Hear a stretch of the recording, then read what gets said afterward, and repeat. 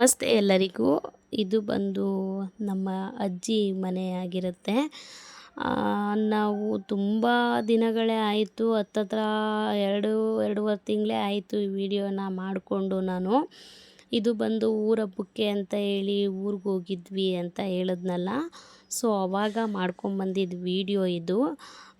ನಾನು ಊರ ಹಬ್ಬದ್ದು ವಿಡಿಯೋ ಜೊತೆ ಇದನ್ನು ಮಧ್ಯಕ್ಕೆ ಸೇರಿಸಬಾರ್ದು, ಬೇಡ ಸಪ್ರೇಟಾಗೆ ಇದನ್ನು ಮಾಡೋಣ ಅಂತ ಹೇಳಿ 2 ತಿಂಗಳಿಂದ ಇದನ್ನು ಎಡಿಟಿಂಗ್ ಮಾಡಿ ಇಟ್ಕೊಂಡಿದ್ದೆ. ಬಟ್ ಇದಕ್ಕೆ ವಾಯ್ಸ್ ಓವರ್ ಕೊಡೋದಕ್ಕೆ ಟೈಮ್ ಇಲ್ಲದೆ ನಾನು ಹಾಗೆ ಇಟ್ಕೊಂಡಿದ್ದೆ. ಬಟ್ ಇವಾಗ ಅದಕ್ಕೆ ಟೈಮ್ ಮಾಡಿಕೊಂಡು ಇಲ್ಲ ಇದನ್ನು ಹಾಕಬೇಕು, ಸುಮ್ಮನೆ ಹಂಗೆ ಇದೆ ಇದು ವಿಡಿಯೋ ಅಂತ ಹೇಳ್ಬಿಟ್ಟು ಇದನ್ನು ಇವತ್ತು ವಾಯ್ಸ್ ಓವರ್ ಕೊಟ್ಟು ರೆಡಿ ಮಾಡ್ತಾ ಇದ್ದೀನಿ.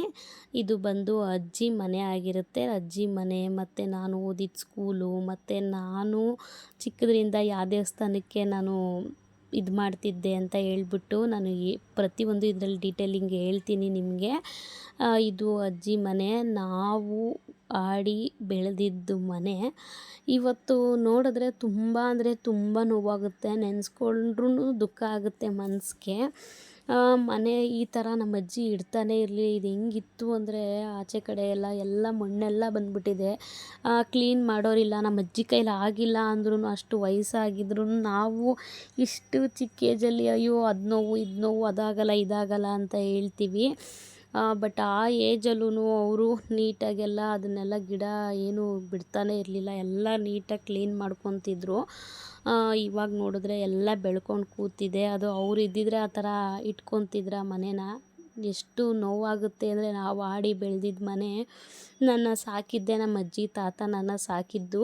ನಮ್ಮ ತಂದೆ ತಾಯಿ ಏನಾದರೂ ಬೆಂಗಳೂರಿಂದ ಬಂದರೆ ನಮ್ಮನ್ನು ನೋಡೋದಕ್ಕೆ ಅಂತ ಹೇಳಿಬಿಟ್ಟು ನಾನು ಅಜ್ಜಿ ತಾತನ ಬಿಟ್ಟು ಎಲ್ಲ ಓಡೋಗ್ತಾರೆ ತಂದೆ ತಾಯಿ ಹತ್ರ. ನೋಡಿದ್ರೆ ನಾನು ಅಜ್ಜಿ ತಾತನ ಜೊತೆಲೇ ಇರ್ತಿದ್ದೆ, ನಮ್ಮ ಅಪ್ಪ ಅಮ್ಮನ ಜೊತೆ ನಾನು ಹೋಗ್ತಾನೆ ಇರಲಿಲ್ಲ.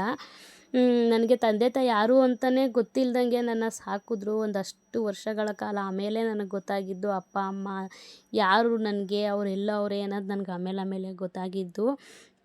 ಅಷ್ಟು ನೋವಾಗುತ್ತೆ ಅಂದರೆ, ನಾನು ನಿಜವಾಗ್ಲೂ ಈ ಮನೆಗೆ ಮೊಮ್ಮಗಳಂತೂ ಅಲ್ಲವೇ ಅಲ್ಲ ಅನಿಸ್ಬಿಡುತ್ತೆ ಒಂದೊಂದು ಸಲ.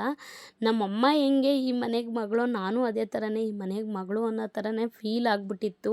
ಯಾಕಂದರೆ ನನಗೆ ಅಜ್ಜಿ ತಾತನೇ ಸಾಕಿರೋದ್ರಿಂದ ಆ ಥರ ಅನಿಸ್ಬಿಡುತ್ತೆ ನನಗೆ.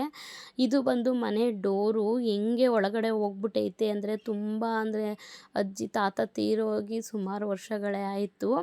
ಅಜ್ಜಿ ಈಗ 4-5 ವರ್ಷ ಆಯಿತು ಅಜ್ಜಿ ತೀರೋಗಿ. ನಮ್ಮ ಮಾವ ಇದ್ದರು, ಅಜ್ಜಿ ಮಗ ಇದ್ದರು, ಚಿಕ್ಕ ಮಾವ, ಅವರು ಅಲ್ಲೇ ಇದ್ದರು. ಪಪ್ಪನ ಮಾವನು ತೀರೋದ್ರು.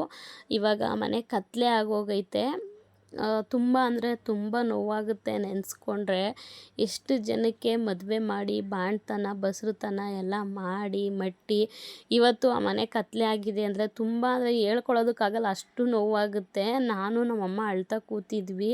ಹಬ್ಬ ಹುಣ್ಣಿಮೆ ಅಂತ ಅಂದರೆ 4-5 ದಿನ ಒಂದು ವಾರದಂತ ತಲೆ ತಿಂತಾನೆ ಇತ್ತು. ಅಜ್ಜಿ ಫೋನ್ ಮಾಡಿಸಿ ಅವ್ರ ಕೈಲಿ ಇವ್ರ ಕೈಲಿ ಬನ್ನಿರಿ ಅಂತ ಹೇಳ್ಬಿಟ್ಟು, ಇವತ್ತು ನಮ್ಮನ್ನು ಯಾರೂ ಕರೆಯೋರೇ ಇಲ್ವಲ್ಲ ಅಂತ ಹೇಳ್ಬಿಟ್ಟು ತುಂಬ ನೋವು ತಿಂದು ಕಣ್ಣಲ್ಲಿ ನೀರು ಹಾಕೊಂಡೇ ಬಂದ್ವಿ ಮಾತ್ರ. ನಿಜವಾಗ್ಲೂ ಅವತ್ತು ನಾನು ನಮ್ಮಮ್ಮ ಅಳ್ತಿರೋದು ನೋಡ್ಬಿಟ್ಟು ನನ್ನ ಮಗಳು ಒಂಥರ ಮಖ ಮಾಡ್ಕೊಂಡು ಕೂತಿದ್ಲು. ನಾನು ಮನೆಯೆಲ್ಲ ನೋಡ್ಕೊಂಡು, ಅಮ್ಮ ಅಂತೂ ಸಿಕ್ಕಾಪಟ್ಟೆ, ನಾನಂದರೆ ನನಗಿಂತ ಹೆಚ್ಚಲ್ವ ಅವರು, ಆ ಮನೆ ಮಗಳು, ನಾನಾದರೂ ಮೊಮ್ಮಗಳು ಅಂತ ಅನ್ಸ್ಕೊತೀನಿ. ಬಟ್ ನಾನು ಫೀಲ್ ಮಾಡ್ಕೊಂಡಿರೋದು ಅಷ್ಟೇ, ನಾನು ಆ ಮನೆಗೆ ಮಗಳು ಅಂತ. ಆದರೆ ಬರೋದು ನಮ್ಮ ಅಮ್ಮನೇ ಮಗಳು ಆ ಮನೆಗೆ. ನನಗೆ ಅಷ್ಟು ನೋವಾಗ್ತಿದೆ, ನನಗೆ ಅಷ್ಟು ಫೀಲ್ ಆಗ್ತಿದೆ ಅಂತ ಅಂದರೆ, ನಾವು ಒಂದಷ್ಟು ವರ್ಷದ ತನಕ ಬೆಳೆದ್ವಿ. 7th ಸ್ಟ್ಯಾಂಡರ್ಡ್ ತನಕ ಅಲ್ಲೇ ಬೆಳೆದ್ವಿ. 8th ಸ್ಟ್ಯಾಂಡರ್ಡ್ ಹೈಸ್ಕೂಲ್ಗೆ ನಮ್ಮನ್ನು ಬೆಂಗಳೂರಿಗೆ ಕರ್ಕೊಂಬಂದಿದ್ದು ನಮ್ಮಪ್ಪ ಅಮ್ಮ. ನಮ್ಮಮ್ಮ ಹುಟ್ಟಿದ್ದವಿಂದ ಮದುವೆ ಆಗಿ ಹೋಗೋ ತನಕನೂ ಅದೇ ಮನೆಯಲ್ಲೇ ಹುಟ್ಟಿ ಬೆಳೆದು ಬಾಣ್ತನ ಬಸ್ರುತನ ಎಲ್ಲ ಮಾಡಿಸ್ಕೊಂಡ್ರು ಅಂತ ಇದ್ದಾಗ ಅವ್ರಿಗೆಷ್ಟು ಇನ್ನೆಷ್ಟು ಫೀಲ್ ಆಗಬೇಡ. ಸಿಕ್ಕಾಬಟ್ಟೆ ಅಂದರೆ ಸಿಕ್ಕಾಬಟ್ಟೆ ಅಳ್ತಾ ಕೂತಿದ್ರು. ಆಮೇಲೆ ನಾನು ಸಮಾಧಾನ ಮಾಡೋಕ್ಕೆ ಅಂತ ಹೋಗಿ ನನಗೂ ತಡ್ಕೊಳ್ಳೋದಕ್ಕೆ ಆಗಲಿಲ್ಲ. ತುಂಬ ಅಂದರೆ ತುಂಬ ಬೇಜಾರಾಯಿತು ಅವತ್ತು. ಏನಕ್ಕೆ ಬಂದ್ವಿ, ಬರಲೇಬಾರ್ದಾಗಿತ್ತು ನಾವು ಈ ಕಡೆ ಅಂತ ಅನ್ನೋಷ್ಟು ಫೀಲ್ ಆಯಿತು ನಿಜವಾಗ್ಲೂ. ಅದು ಆಗೋರಿಗೆ ಗೊತ್ತಿರುತ್ತೆ ಆ ಫೀಲಿಂಗು. ಮತ್ತು ಇನ್ನೊಂದು ಏನಂದರೆ, ನಾನು ಓದಿದ ಸ್ಕೂಲು ಕೂಡ ವೀಡಿಯೋ ಮಾಡ್ಕೊಂಡು ಬಂದಿದ್ದೆ. ಬಟ್ ಅದು ವೀಡಿಯೋ ಮಿಸ್ ಆಗಿಬಿಟ್ಟಿದೆ, ಡಿಲೀಟ್ ಆಗಿಬಿಟ್ಟಿದೆ, ನನಗೆ ಸಿಗ್ತಾ ಇಲ್ಲ ಅದು. ಸೊ ಹೋಗಲಿ ಬಿಡು ಅಂತ ಹೇಳ್ಬಿಟ್ಟು ಸುಮ್ಮನಾದೆ. ಇದು ಬಂದು ನಾನು ಪೂಜಿಸ್ತಿದ್ದ ದೇವರು, ನಾನು ತೊಳಿತಿದ್ದ ದೇವಸ್ಥಾನ, ನಾನು ಮಾಡ್ತಿದ್ದ ದೇವರು ಇದೇನೆ ಹನುಮಂತರಾಯ. ಇವತ್ತಿಗೂ ಕೂಡ ನಾನು ಅವ್ರ ಮನೆ ಸೊಸೆಯಾಗಿ ಹೋಗಿದ್ದೀನಿ. ತುಂಬ ಖುಷಿಯಾಯಿತು, ಹೋಗಿ ಪೂಜೆ ಮಾಡಿಕೊಂಡು ಕೈ ಮುಕ್ಕೊಂಡು ಬಂದ್ವಿ.